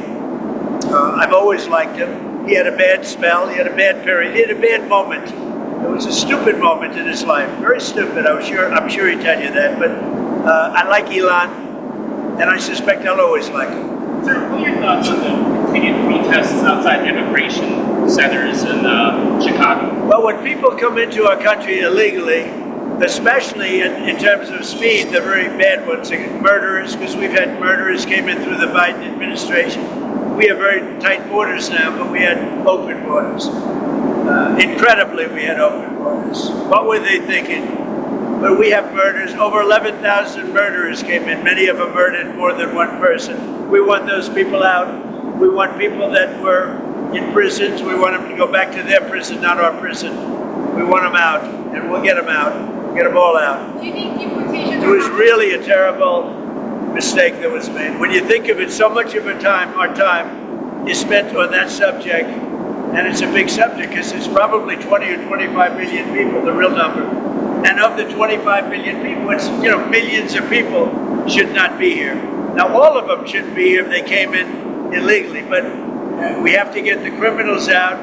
Washington, D.C. is doing great. Memphis is starting to do great. We just started there 2 weeks ago. Any place we touch is going to do well. If I were a governor, I'd say, please get your people in, whether it's National Guard or the military. Get them in. And as you know, we've been winning those cases. Is there a deadline for San Francisco to get their crime rates down? Yeah, I mean, I'd like to do it, but, I have a lot of very important people that are really into San Francisco that are really trying to do it themselves. I said, we can do it better because we have a strong group, a tough group, a group that has powers that other people don't have. Locally, you don't have the powers that the federal government has. We can do a better job of it faster. But I listened to a few of the people, Jensen, who's fantastic, from NVIDIA, as you know, and Mark from Time Magazine, among a lot of other things, right? He's a good man. And they would love to give it a shot. And I say, go ahead, do it. And I would have done that with Chicago, but Chicago is very far along the way. We have to do something with that. If I have a lot of friends influential in Chicago. If they call me, maybe I do the same thing, but we have to save Chicago immediately. We can do that pretty easily, but we have to get in quickly. Can we go back to Argentina quickly? Yeah. What do you think the state of the fiscal situation is there now? Do you think you'll have to do another? Well, we have the all-time deal? expert right here. I think right now we've made a lot of money based on that election because the bonds have gone up, their whole debt rating has gone up. You know, that election made a lot of money for the United States. Now, we're not in that for money per se, but if you look at the value of the bonds, the debt, Scott, you can go ahead. Yeah, I think the great victory in this election, President Milei, I think he is going to expand his coalition, and they have some big refinancings next year, but the Argentinian people have spoken. President Trump, that they know that the U.S. is their ally thanks to President Trump. We're behind them, and that they're going to be able to fix their fiscal and keep on the road. He's working against 100 years of bad policies, and he's going to break them thanks to the support for the United States. And we're helping other South American countries also, as you know. Will they need more support, or would you consider it if they need it? They might. Yeah, we would consider it. I think there'll be a good chance. Yeah, we think the market's going to do it from here now that he's gotten over this. As I always said, this was a bridge. We've bridged it. Thanks to President Trump's support, he did better than anyone ever expected. The Peronis said it wasn't a fair election because we were running against Donald Trump too. And now I think the market is going to take care of itself, and it's going to have a lot of confidence in his policies as a way forward. The polls were very wrong on that election. I mean, the polls really got it wrong. That was an election they said was going to be lost, and not only was it won, but it was won by a lot. And maybe we did help. I hope we helped. Sir, for you or Secretary Rubio, over the weekend, Israel assassinated a military official of the Palestinian Islamic Jihad movement. Does that violate the ceasefire law between Israel and Hamas, or are they treated as a separate group? You're talking about the strike against the Palestinian Jihad individuals? Yes. Yeah, look, Israel didn't surrender its right to self-defense. Obviously, the ceasefire is based on obligations on both sides. By the way, we'd also like to see Hamas speed up the return of hostage bodies. We still have 13 hostages, 2 Americans included. But we don't view that as a violation of the ceasefire. They have a right, there's an imminent threat to Israel, and all the mediators agree with that. How transparent is the Trump administration? You got Scott, you got Jameson, you got Marco. We're not saying you please don't ask this question. You can ask anything you want. There's never been anything like this. Do you agree with that? Well, I just wanted to add a clarifying question from my earlier thing. You said 5 Fed candidates. That's Waller, Hassett, Warsh, Ryder, and Bowman, right? Reader, and Bowman. Yeah, thank you. I just wanted to know whether a surprise 5th and you had a surprise 6 occasionally with Secretary Bessent. He likes what he's doing too. I don't think you couldn't pull him out of there no matter what. It's like Caroline. How's Caroline doing? Good? Would you say she's doing good or just okay? I think she's doing. She's been very gracious to us. She's doing very good. Yes, without her, we wouldn't be here right now. She's doing great. When do you think you'll make a decision on the last thing? I'd say maybe by the end of the year. Yeah, before Christmas, right around. I think by the end of the year. Early next year, but by the end of the year. We want to get too late out as soon as possible. Sir, we want to be too early with too late. Sir, Steve Bannon said in a recent interview that there could be plans for you to be able to run and potentially win a third term in 2028. Is that something you'd be willing to challenge the court to be? Well, I haven't really thought about it. We have some very good people, as you know, but I have the best poll numbers I've ever had. I mean, I just solved 8 wars and a 9th is coming. I believe Russia, Ukraine will happen. But we just did, we just left, and when you look at the treaty we just did, that was a war that was thousands of people were already shot at the border. And when you look at what we just did, it was pretty amazing. Pretty amazing. We got a lot of good credit. And I really have to thank Malaysia for that, because they really, the Prime Minister and everybody really helped get the 2 countries together. But it was quite a great peace treaty, but that was one of 8, and makes me feel good. I mean, it's millions of people that we saved. I saved the lives of millions of people. That's what's important. Yeah. we're the very good people. They are good people. You said that for 2028, they're very good people. Who are they? Well, we have great people. I don't have to get into that, but we have one of them standing right here. We have JD, obviously. The vice president is great. I think Marco's great. I think, I'm not sure if anybody would run against us. I think if they ever formed a group, it would be unstoppable. I really do. I believe that. I would love to do it. And I have my best numbers ever. It's very terrible. I have my best numbers. If you read it, am I not ruling it out? You'll have to tell me. All I can tell you is that we have a great group of people, which they don't. They have Jasmine Crockett, a low IQ person. They have AOC's low IQ. You give her an IQ test. Have her pass like the exams that I decided to take when I was at Walter Reed. Those are very hard, they're really aptitude tests, I guess, in a certain way, but they're cognitive tests. Let AOC go against Trump. Let Jasmine go against Trump. I don't think Jasmine, the first couple of questions are easy. A tiger, an elephant, a giraffe, you know. When you get up to about 5 or 6, and then when you get up to 10 and 20 and 25, they couldn't come close to answering any of those questions. The readout from Walter Reed mentioned advanced medical imaging. Did you get an MRI? Can you tell us what that was? I did. I got an MRI. It was perfect. Yeah.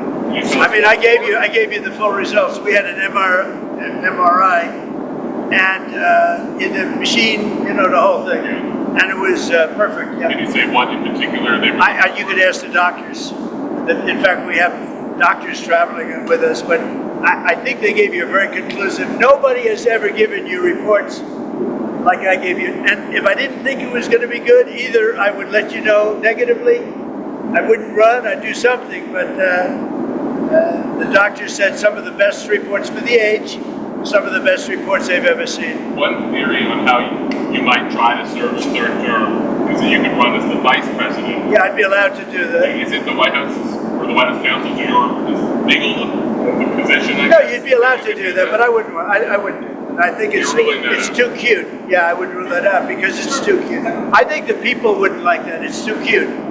It's not. It wouldn't be right. So a golf-related question. Do you mind? Your personally the most difficult shot for you in golf. You mean right now? Well, yeah. How were you playing? The most difficult shot. It used to be chipping, but I've become a very good chipper. I hit them all pretty good. I'm a pretty good golfer. I won 38 club championships. That's pretty good. Pretty much, I hit. I'm very solid, very consistent, pretty long. I mean, I hit the ball pretty long. I play with Gary Player. You know, Gary's 90, and he shot 70 with me the last time we played, which is pretty amazing from 6,800. Putting is pretty good. Putting's pretty good, yeah. Putting used to be. I'd say putting used to be the best, but I'd say putting is pretty good. Sir, could I ask you just one more trade question? There were some tweaks to the Vietnam deal where they're going to have some zero tariff items that can come into the United States. Yeah. Why was that change made? I don't know. That's just there's a handful of things like coffee, etc. The type of stuff we don't make in the United States or grow, like climatologically we can't. So it makes sense if people are going to do a deal with us, we'll give them a good deal there. But overall, 20% on Vietnam. And we want to get coffee down a little bit. So just to clarify, technically that was stuff that was at 20 and now will be brought to zero. Well, it's just brought to whatever congressional level of tariff there is, right? I mean, this is, we have a huge deficit with Vietnam, and so they've taken down all their tariffs to zero on everything. All gone. All the non-tariff barriers gone. They're going to accept all our autos, all our standards, all of that. We have 20%. Which, by the way, people said impossible to get. They did say impossible. They're all gone. Yeah. And so we just have a few items like that we can't grow or extract from the ground in the United States. Certain spices, right, that we don't grow in America, that kind of thing. How worried are you still about the risk of transshipment through Vietnam? Yeah, so part of the deal, they've agreed to a duty evasion agreement with us. And if we catch them doing it, we can charge an additional 40%, right? On top of the 20? That's right, yeah. And that's an executive order that's already in place. So you guys have a very interesting couple of days. We have Japan, and then we have South Korea, but we have China coming, and it's going to be very interesting. I have a lot of respect for President Xi, and we are going to, I think we're going to come away with a deal, but I really feel good. Our country is doing so well economically. It's doing so incredibly well. The Democrats should let it open. I guess they don't do that because it's doing so well. It's too bad. But on the macro scale, it's not having that kind of an effect. We just want people to get paid. We think it's very unfair. And how about the man that put up $130 million to make sure our military got paid? This is You won't tell us. I won't tell you, but this is a person that called me that said, sir, I'd like to make a contribution of any difference needed for the United States military. I said, I don't know, that could be a big number. And we worked it out. It was about $130 million. And he wrote a check for $130 million because he's an unbelievable patriot. And that's what it's all about. So we're going to have a good time over the next 2 days. Get a little rest. What is it? I haven't been watching it too much, the World Series. No, I'm disappointed. They didn't put Pete Rose in. I said, put Pete Rose in before he dies. He had over 4,000 hits. They didn't do it. And with all the gambling you see now, I mean, give me a break. They didn't put Pete Rose in. I asked the commissioner, put Pete Rose in, commissioner, long before he died. Like a year before he died. They didn't get it done. Should have gotten it done. Pete Rose was a great baseball player. So one quick one. Just you said yesterday that you might invite China to Mar-a-Lago. Yeah. When would that be? Well, sometime after. I'm going to go. Or we pretty much agreed that I'll be going to China. When is that? In the earlier part of the year. Okay. And President Xi will be coming into maybe Washington or Palm Beach or someplace sometime after that. Vietnam said that you accepted an invitation there as well. Do you plan on visiting Well, Vietnam? he invited me. If I can, I will. We have a good relationship with Vietnam. And they've made a lot of money with the United States over the years when presidents that really didn't know what they were doing. But now, as you know, Vietnam is not charging us tariffs. And that's a big step. And based on that, I would.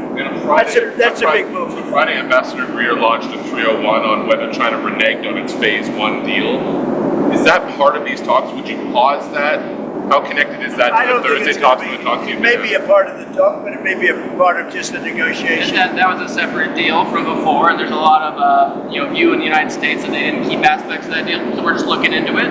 That's continuing, but we're really focused. If all works out well, I'm sure they'll be able to talk us out of it. You agree?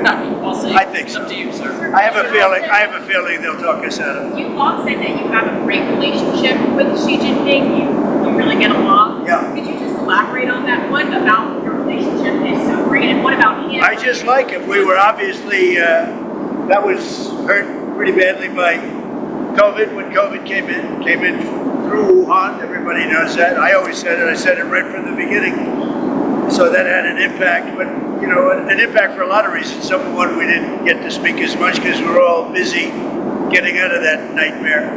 But no, I think I have a very good relationship, as good as anybody, and I would say that likewise with him. Thank you very much, everybody. Thank you very much.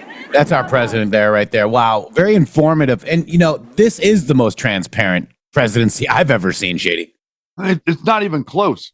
It's not even close to anything that we've ever seen before, because nothing that we've ever seen before has not been controlled from the top to the bottom. Every single appearance is well mapped out. Every single thing that the person is going to say is like written down on a piece of paper. They can't deviate from the script. If they say anything wrong, then the media literally loses their mind. Well, it doesn't matter what we say. The media loses their mind. So you might as well just be honest with people and tell them what's going on. Yeah. Real quick, I just found out something pretty interesting, Shady Groove. This is Dan Bongino is no longer following Bannon's War Room. Interesting. But what's also interesting is that Dan Bongino has unblocked my account as well, Shady. So Dan unfollowed Bannon and unblocked the @in the Matrix. Look at, I am no longer blocked from Dan Bongino. That is pretty crazy. Is it? I'd like to thank Alexis for that. No, just kidding. Maybe, right? And by the way, Alexis will be in TPUSA at LSU tonight, guys. Alexis Wilkins, TPUSA tour tonight in Baton Rouge, Shady Groove. Nice. Yeah. Wow, guys. Interesting. Yeah, well, it is interesting because look at what they've done. I made the post over the weekend about credibility and why is this stuff dangerous? Well, it's dangerous because of what they're currently doing. So now you see clearly what has been happening for the last 4 years, actually longer, but especially in the last 4 years with the Bannon, Alex Jones, Tucker Carlson crew, Candace Owens. Look what they've done. They've built up their whole network, their whole platforms, acting like that they're, oh, really, we're right here for Donald Trump. We support him. We're going to his events. We're doing everything. We're like, oh. And then as soon as he's elected, they all start to spin Israel, Epstein, then the Charlie Kirk event. All of them jumping full off the rail, over the fence, both feet in the water, whatever you want to say, and have gone absolutely 100%, 180 degrees, and now effectively are helping the Democrats attack it. It's crazy. So Cash was a fan of the show as well. I was on CNN. I think I represented us very, very well on that program, Shady Groove. I had a feeling that there's a lot of misinformed people out there, and we do have to give people some space, guys, okay? Because this psychological operation had even us fooled, Shady, for several years, okay? So we're talking about years of fake QD codes, fake 3-star stuff. It's all fake. They are not who we thought they were. And then he lumped me in with Cash and Flynn. No, I supported Cash and have never gone against Cash one time, Shady. And will if I have to, but you know what I'm saying. well, in all reality, I think that the way this is all played out is kind of crazy, because what we were seeing, and this is the truth of the matter, what we were seeing before Cash was named FBI director, we were seeing all of these people in Flynn's network flipping out about how much they wanted Cash to be the FBI director. And I suspect that is because they felt like that they had a good enough relationship with him that they could endure anything that would happen during his tenure at the FBI, or they thought that they had something on him that they didn't have on him. Whatever the reason was, they were pushing him hardcore. So I was actually a little bit, on the fence, like, why are these guys so in the tank for wanting Cash? And now I'm starting to see like exactly what it was that they were doing. If anything, they were trying to undermine his ability to become the FBI director by making Donald Trump think that he was somehow associated with Bannon and Flynn and Alex Jones and Ivan Ranklin, because now Ivan Ranklin is literally posting directly out there about how we've got to go at federal agents at the federal facilities and putting the addresses of the facilities in DC on his Twitter account and saying, go stand up to the people that are going into work, like the Democrats were telling people to stand up to Republicans in restaurants. Yeah. Perkins perspective, Alexis Wilkins, Cash Patel's girlfriend. We've been, doing this for a long time, Shady, and realizing that now we've got, this Portland stuff. And I just want to real quick watch it over the next couple days. It looks like far right-wing agitators are going there. Enrique said he's on his way to Seattle, where the facility is for ICE. The Patriots there, along with Nick Sotor and others, actually had a pretty big win where they got that Antifa camp that's been there for months, guys. They got it dismantled and the sidewalk cleared. So it looks like the Portland PD are trying to cozy up a little bit and man up a little bit, if you will, and enforce, the rules. You shouldn't block a sidewalk. You can't have a sidewalk blocked. And so they're trying to possibly avoid getting the National Guard in there. I'm hearing that the National Guard could be there as soon as Tuesday, but I don't have any confirmed reports on that. But very, very interesting. Well, I think that what's happening right now is that we're getting ready to see how we're going to wise up to all of the shenanigans. Mm-hmm. Like you were saying, so all of a sudden, like now, like it's been going on for like a week or so. The Chad guy, I'm fired up, showed up there being a complete idiot, and then other people are up there like trying to overtake Davis Court and a number of people that have been on the ground for a long time. Cheryl is another guy. I can't think of the other fellow's name before Nick got up there that have been doing this. Andy No is another person that's been there in the area doing this for a long time. So these guys are going in there, and what they're doing is they're trying to generate an optic. I'm going to explain this to you so you understand. So you don't like jump on the Proud Boys going to, like, what are you talking about? The Proud Boys are not law enforcement. They have absolutely no right to go into the street and try to hurt anybody. I don't care if it's Antifa or not. It does not matter who it is that are out there on the street. There's no American. They kind of came to this conclusions around the Civil War that you could have just go drag people out of their houses and like try to lynch them or try to beat at them up or target them or go to the streets. So I'm glad to see that Portland police, I'm glad to see that Portland police has removed the ability for them to actually go there to interface with them, because that's exactly what it was, the optic they wanted. And I actually had a conversation with somebody's daughter who was all about these protests, right? And I don't have any problem with anybody wanting to protest peacefully. I don't think any of MAGA does. But what the problem in my eyes is that they are not calling out the Antifa scum that are there behind them, okay, creating violence. There's violence, okay. They are hitting people, they're bulldogging people, they're creating, and now they're getting arrested, believe it or not, in Portland, which is interesting.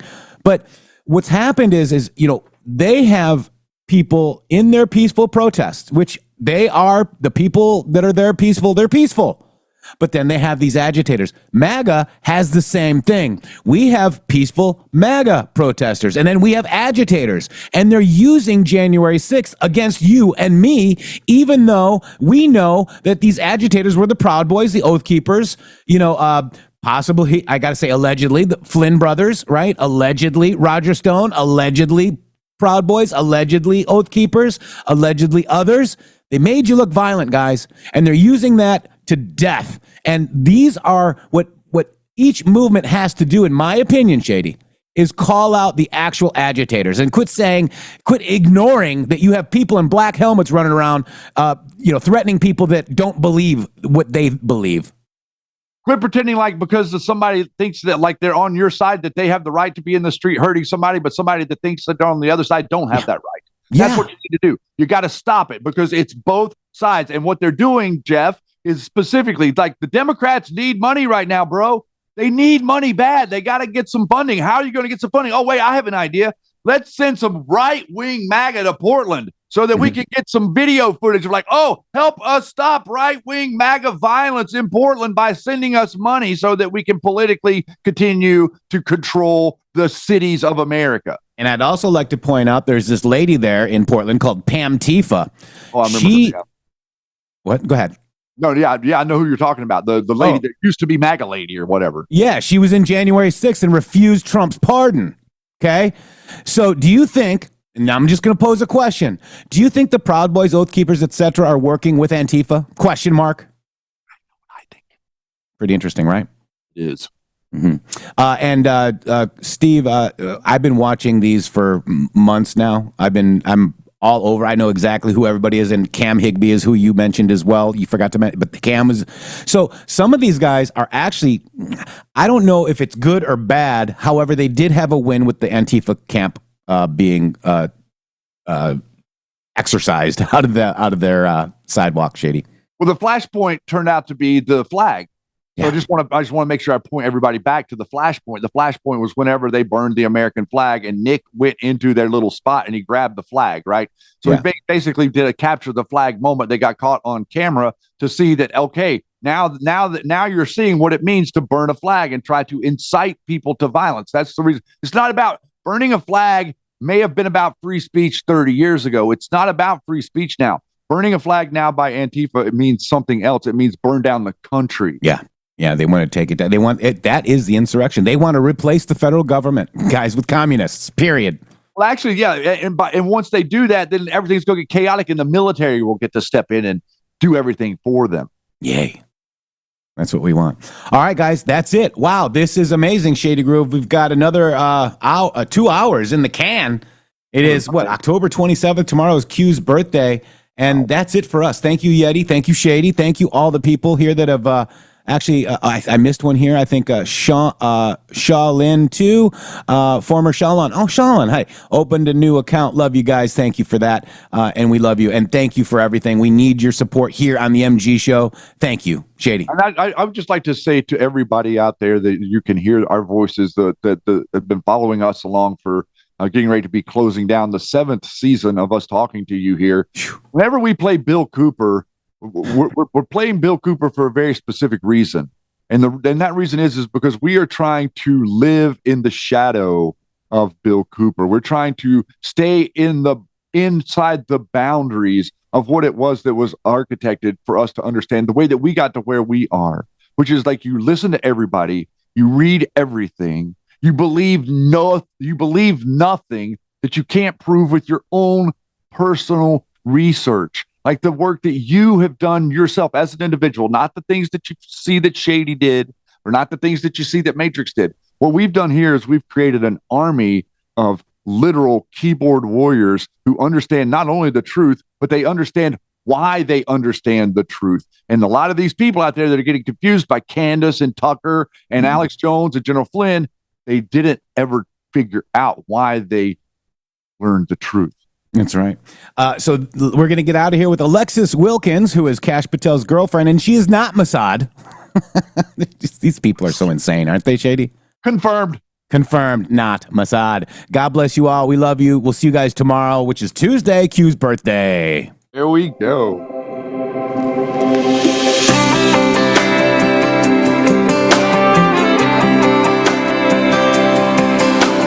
Back when old school was mainstream, radio was always clean. People read their news and ink, steel guitar was on everything. Folks lined up to hear straight sing. Write this down, long live the king. Drop a needle down on a vine, hold windows down, just driving 4 miles. It feels like it's been a while. When the American dream was a Cadillac, and the red, white, and blue showed in how you act. Things you got, you worked for. You didn't think twice, got not locking your door. When people did the right thing with no one around, they looked at each other and found common ground. From the music to the flag, I ain't living in the past. I'm just saying that I want my country back.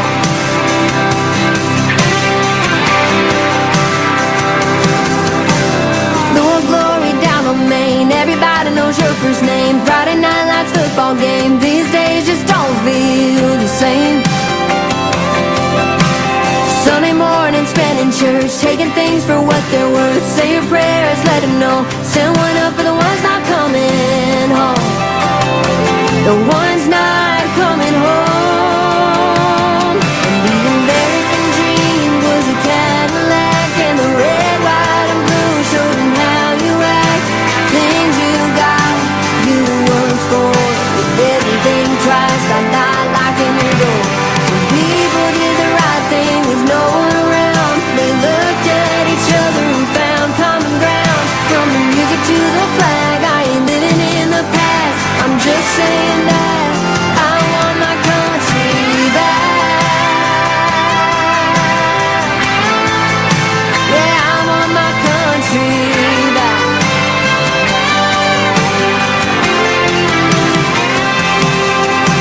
And people were proud of the USA, American pride, American made. Fiddles and steel played on FM. Man, I just want that again. When the American dream was a Cadillac, and the red, white, and blue showed in how you act. Things you got, you worked for. You didn't think twice, got not locking your door. When people did the right thing with no one around, they looked at each other and found common ground. From the music to the flag, I ain't living in the past. I'm just saying that I want my country back. I want my country back.